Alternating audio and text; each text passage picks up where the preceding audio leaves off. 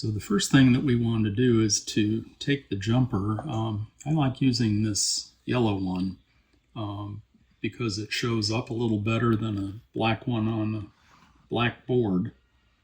And place it across pins 5 and 6, which is just like that. So there's 4 open on the left.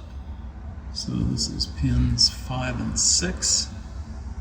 Hopefully you can see it a little bit better there.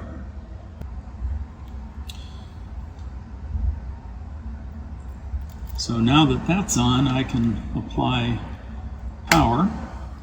And you see the fan is not spinning and the power light is not on. So it is not starting right away.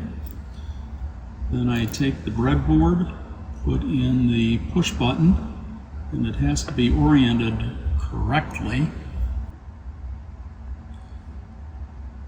That little line on the underside of the push button indicates the pins that are already connected together. So you want those to be in the same row number.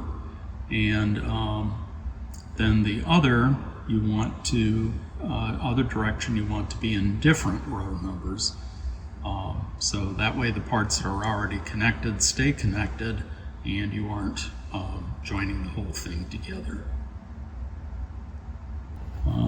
If you're not sure, the best way, of course, is to use a volt ohm meter to check it.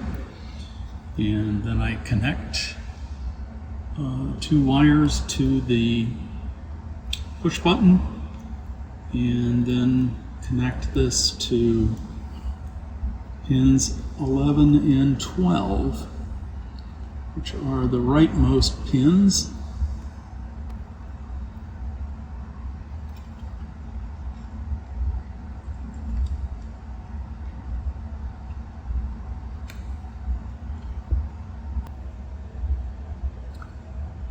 Okay, and again you can see that the power is off. So we now have the board wired,